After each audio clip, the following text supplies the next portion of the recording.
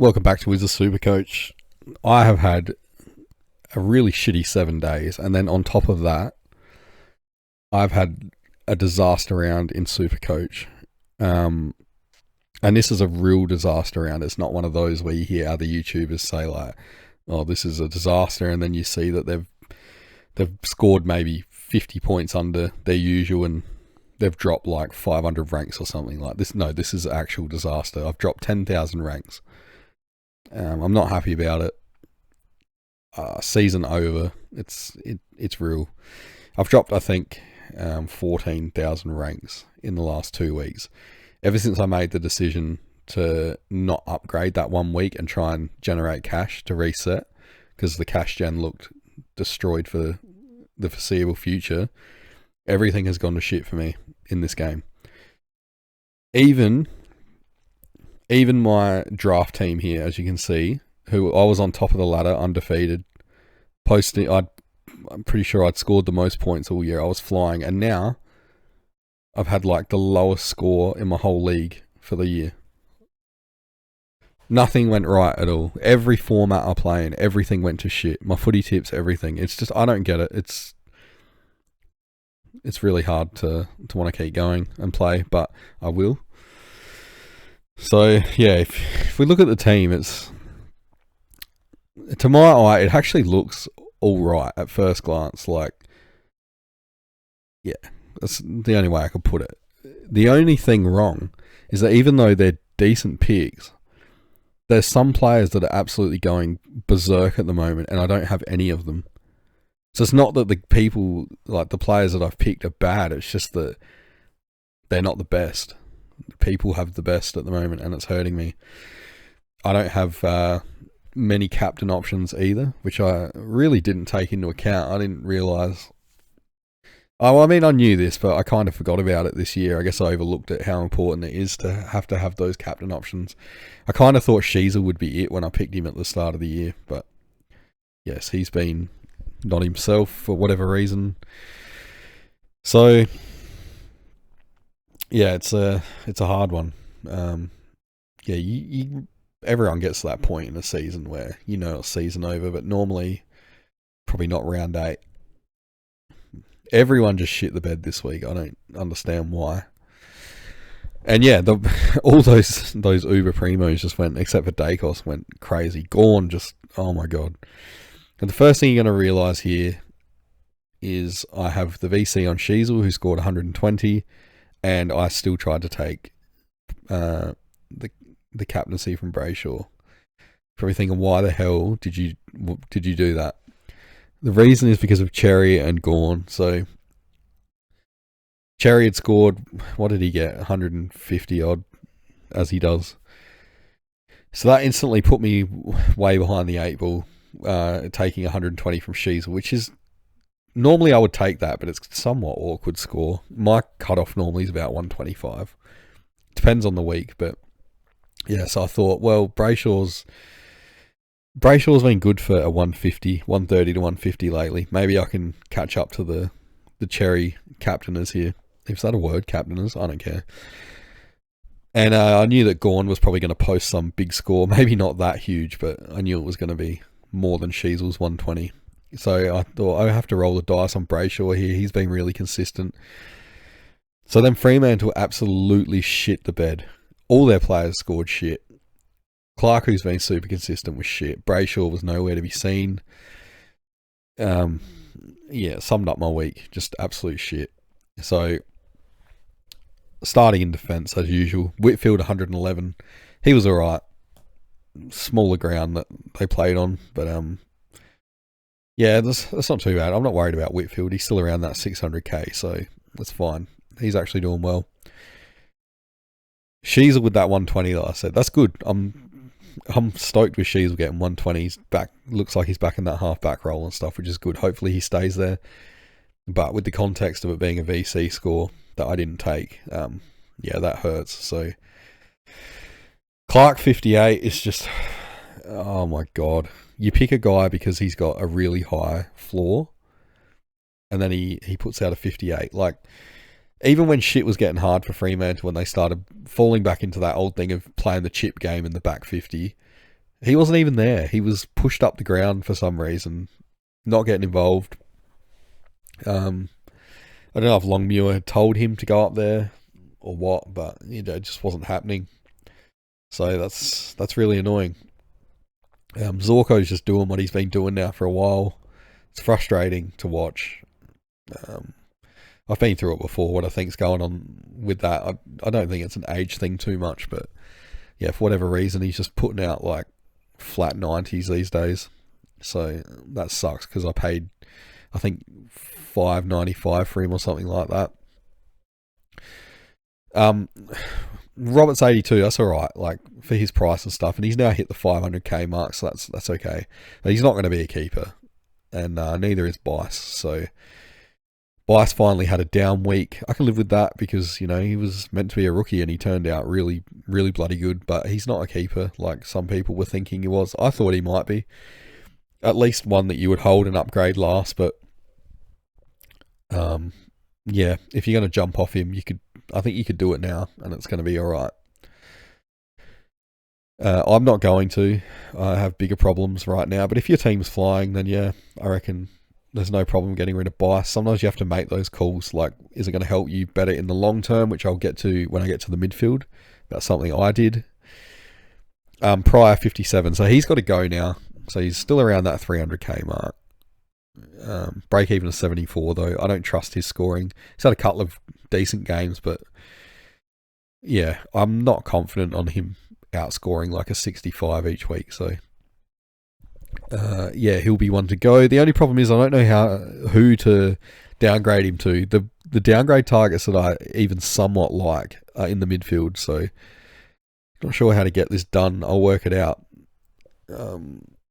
Might even do a trade video if I get time. I didn't have time last week, so I'll run through my trades in a minute when I get to the midfield. But yeah, Carroll. So Carroll was one that I mentioned in that 2 weeks ago when I made those trades to try and reset the cash gen. So it was Carroll, Gross, and Flynn.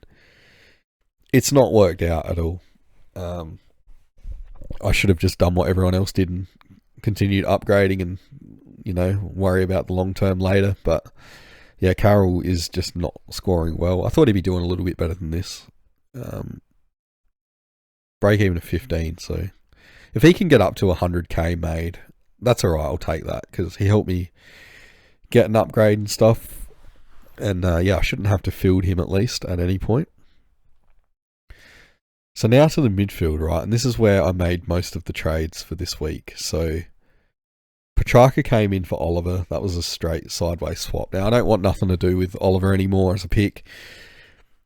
This mental health stuff or whatever the reason he's got this break, it could be a case of where he's in and out of the team. It could be he could be not playing now for a long stretch. I don't know. And he wasn't playing good enough to keep him past his bye anyway in terms of Supercoach. So it just made sense to boost him out, boost him now, and get Petrarca in while he was still cheap. So yeah, I've got one boost left.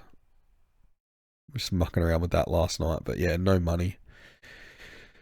So yeah, Dawson. Oh, sorry, no, I'm going through the trades, aren't I? Sorry, it's just, yeah, this is annoying. So yeah, Petrarca in, Oliver out. I had to get rid of Levi Ashcroft to get Neil, and I'm actually alright with it. Like, sure, it was annoying seeing Levi get a 99 on the weekend or whatever he got. So Neil only outscored him by 25 points, but in the long term, Neil's gonna, if he puts 25 points on him every week, like, yeah, it's a lot. So I had to do it then. The only way I could get to Neil was to get rid of Ashcroft, and I didn't want to pay close to 600 for Neil, because if I want to make up any kind of ground, I've got to keep going cheap here and hoping for the best. So yeah, Neil had to come in for 560 or whatever he was. And yeah, I'm cool with it. Like, Neil's a keeper. He's a uber primo. He's a captain option at times, which is nice. And yeah, he'll outscore Levi going forward. And then yeah, the other trade that I did was Hustwaite in for Moraes. I wasn't super keen on getting Hustwaite, but the more I thought about it, I actually crunched some numbers, the more I liked it.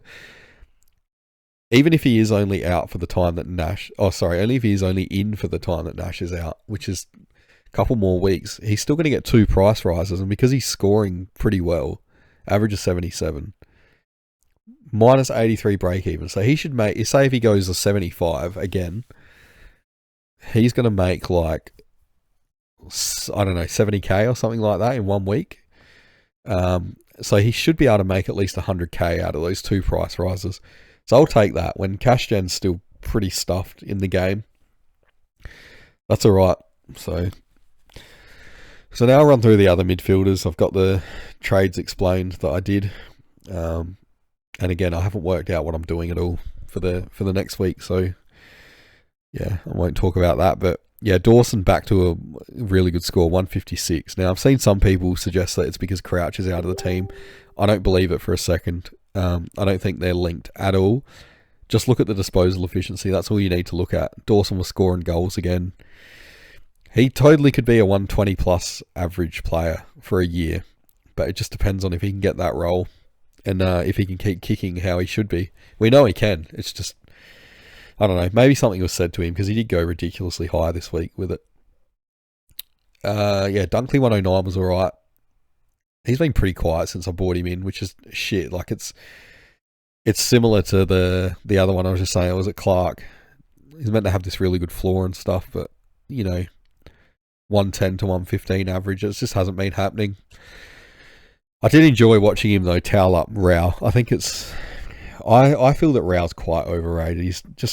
He's really good at what he does. He's very one-dimensional, and yeah, I think it's safe to say that in terms of Supercoach this year, he's a downhill skier. So he beat up on all those bottom 4 teams or thereabouts. Every time he comes up against a decent team, it's bad score. So even against the Crom, who I wouldn't class as like a top 4 kind of team, he only got like a 70. And then, yeah, he's done really badly against Brisbane. And who'd they play last week? I can't remember. But yeah, he was shit in that as well. So, yeah. Chera, he's kind of petering out now. I'll just hold him to the buys, I think. He should do well against St Kilda. If he doesn't, then maybe I'll consider getting rid of him because it is a fair bit of money on his head. But he's done well to average 100 for what we paid for him. Like, that's fine. I don't care. He's been points on the field. I know the average is dropping now, but he was looking good. I'm just surprised he hasn't been injured yet, to be honest. Ned Long, I'm glad that I'm going to admit, I got the idea and the confidence to do this pick from Supercoach God. So shout out to him. And I'm glad I did because what's he made? Basically 190k. I think I jumped on after the first price rise though. So yeah, I haven't made quite that much, but he's just putting consistent like 90s and shit on the field now. So that's really good. If he can keep making money while being a good on-field option, that's perfect. That's all you can ever ask for. He will get traded eventually, but at this rate, he'll be one of the last ones to go. And then, yeah, Huswaite, talking about him. Lindsay's a bit inconsistent, but, you know, that's all right. I see some people are starting to trade him out this week. And, yeah, that's not a bad idea. He's got a low break even, though, so there's still a little bit of money to be made. And we've seen that he can score well in games, so it doesn't take much to reset that cash gen. I think he's got really good job security and not much chance of being a sub, so, yeah. Happy to hold on to him. Yeah, Gross has been just, annoying pick. Hasn't been playing. I don't blame him. McQualter does some really weird stuff. And then, yeah, Campriali. If he comes back, he comes back. But I'm happy to just have the loophole there that I can use sometimes because the rookie roulette in the midfield in particular this year has been really annoying. So my ruck line is where the most headaches are coming from. Now, averages of 115 and 113. It's not bad at all. Considering what I paid for both of these, it's quite good, but it's really hard when you've got Cherry and Gawn just obliterating the comp right now. A clear number 1 and 2. Like their averages at the moment are just out of control. So while these are good picks, they're not the best picks. And look, I was pretty proud of myself with the Cameron pick as well, because he was one of mine that I backed in from the research I did in the preseason. And I thought he was good value because I predicted him to be 110 to 115 average. He's doing it. Spot on, actually, like right in the middle. But yeah, there's just better options, unfortunately. So it's definitely a strategy problem this year. I've learnt a lot, but how could I wait all the way till next year? I'm still going to keep trying, see how high I can finish, but like it's pretty bad now. Cameron as well, I just want to say, and I've said it before, but I swear he is hated by Champion Data or something. Like, check out his stats from the weekend. Tell me how that's a 128. Like, look at this. 140 Dream Team, 23 touches, 7 marks, 4 tackles, 38 hitouts, 1 goal, 11 contested possessions. Like, yes, there's 5 clangers here. Yes, he gave away 1 free. If you gave this stat line here to Cherry or Gorn, I guarantee you that's a 140 minimum. I don't understand Champion Data sometimes because, you know, when scaling and stuff comes in, they kind of reward contested ball and stuff. But then you see a guy like Marich who's getting like tons and shit for literally just taking kickouts. I don't understand it. It's hard to play a game when you don't really... Well, no one really understands the scoring system all the way through. So I've talked about that a lot before. I'm not going to do it now. I promised myself I wouldn't. But look at this team. Look at this score from this week. You can't blame me for being in a bad mood. So give me a free pass there. Plus, it's my channel, not yours. So shut up. Yeah, Boyd's still not playing. Oh, I skipped to Conning. 80, that's fine. Rob's really restrictive. Not many rucks are going to score heaps well on Rob. I know Rob's not the greatest ruck, but he is bloody restrictive. So yeah, the forward line. Again, everyone has Baz, so 111. Who cares? Everyone has McRae, 160. Real nice to see, but everyone has him. And then there's Daniel, who again, 89. So he's getting to the point where he could be the one that if you jump off him early and get someone else in there, you can get a real leg up while everyone's still got Daniel. Yeah, he's consistent, but I don't know, if you want that ceiling kind of score, I don't think you're going to get it out of him. So if your team's looking good and, you know, unlike me, and you don't have other problems that you need to fix immediately, I'd look really closely at getting rid of Daniel and, yeah, putting someone else in. Like, the way I see it, you got Smith and McRae are obviously keepers. Then there's Rankin. Who's the other one? Horn Francis, Petrarca. Petrarca for me will end up down here. So that's a clear 5, I think. The 6th guy, like, even Marich, I reckon, is probably going to outscore Daniel at this rate. And there's also Kennedy from the Bulldogs is doing better than expected. So I don't know if he keeps that up, but at this rate, he's also going to go past Daniel. Warner is probably going to go past Daniel. So yeah, it just becomes a timing thing, I reckon. But I can't see Daniel being top 6 anymore. But yeah, you know, you have to have a pretty good team, I think, to look at getting rid of him. So Thilthorpe played injured, obviously, with that hand problem, the finger problem. I think he's always going to struggle. Any forward's going to struggle somewhat with Wiedering, who is a really good defender. So yeah, 67. I'm just trying to get rookie scores off the field. So if it wasn't for that, Thilthorpe would be gone. He's failed as a pick. He needs to get at least 3 goals a game to score well, I think. So I can't rely on that when there's now all these midfielders that are they have DPP. So Thilthorpe will go. He was looking really good for the first 4 weeks. He was averaging 100, so looked like a really good pick. But yeah, the finger injury is just really bad timing. It's dropped him big time. Power Pepper finally come back down to earth. I'll hold him this week, I reckon. Oh, maybe not. No, I think he fires up. I think he'll do well in the showdown. So I think I'll hold him for another week. It's probably going to be Pryor and Davidson going and see what I can work out with those two because, you know, Power Pepper, break even to 69, he'll probably make it. Whereas Davidson, I can't see him making 84. Who's he got? Gold Coast. Yeah, nah. So Power Pepper survives another week, but no matter when I get rid of him, like, he's already made 217k. I cannot believe that after watching him get an 18 in round one, that pick has just worked out so well. So yeah, it's true what people say. Job security is everything because you can suddenly spike score and stuff if you have the job security. I think so. It's a good one to remember for next year. If there's any vice captains or leadership group players coming up and they're cheap like Power Pepper was, just jump on them, and I think the rest will take care of itself to some degree. But yeah, Davidson 46, he's got to go. He's actually lost me money this week, but it's not much, so it's all right. Hall's really reset his cash gen, so it looks like he's going to get to 300 now. Break even to 14, so yeah, it's 2 good scores in a row. I think he's gone like 80 and a 74 here, so that's good.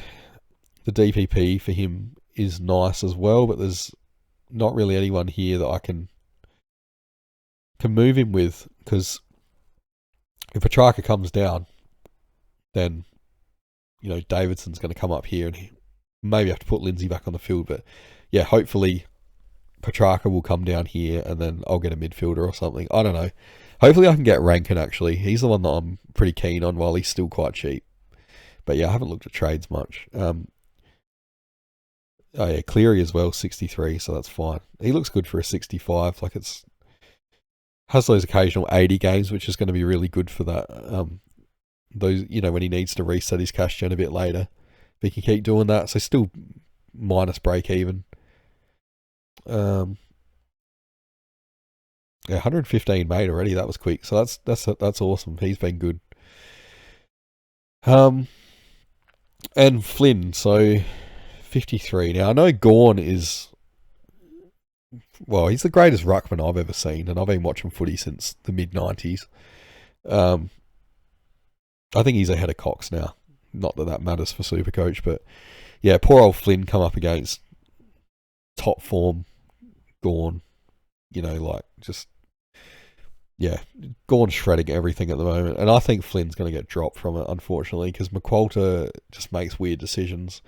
There's no ruck that was going to stop Gawn when he's doing this shit. Is a big ask, so yeah, I mean, we can cash out, I guess, because he's almost at 400k. He's made 123, so that's alright. Plenty of options. I don't like having a ruck in the flex too, so yeah, it'd be nice to get him out of there, but he's kind of cooked now, I think. Score like that. He's got Nank this week. I mean, he'll score better on Nank than he will on Gawn, but I wouldn't expect too big of a score on Nank. So break even to 68. What's he got to do to get to 400k? He's basically got a ton. It's not going to happen. Yeah, I'll probably look at getting rid of Flynn, actually. But, you know, like as I just said with the other players, you can get that spike score that resets things. It's just a lot harder to do when you're 384k than it is compared to like a Max Hall who was like 250 or whatever it was. So yeah, that's where things are at. It's just really hard to wrap my head around. It's just mistakes, and, you know, I'll try to not repeat them in 2026. It feels like this year was probably the year to go more guns and rookie style. I went more for that value play, and it's cost me because I've not got any of those, you know, like the Cherries, the Gawns. I didn't want to start anyone over 600k. I'm trying not to bring anyone in who's over 600k. And yeah, I'm paying for it. So yeah, Dacos was the other one when he dropped that random 170. Lucky he come back down to earth this week, but even then it's like a 90, so might be able to get him in a couple of weeks, and I'll just have to pay up for him, whatever. But yeah, it's going to be a long rest of the season. I can't believe I'm like yeah, my team looks alright to the eye, but as I said, there's just better options. So I don't know. What can you do? I'm sure if I go guns and rookies next year, then the play will be uh, full value. Play it like fantasy. If I go with that route and go full fantasy type strategy, guns and rookies will pop up again. So yeah, I don't know. All we can do is learn from it. Let me know how you're going in the comments with your team. Obviously, it's going to be better than mine. I refuse to believe there was a worse round for people than I've just had. But yeah, when I'm interested to know as well in the comments, when you guys get to this stage, how do you keep yourself interested in the game?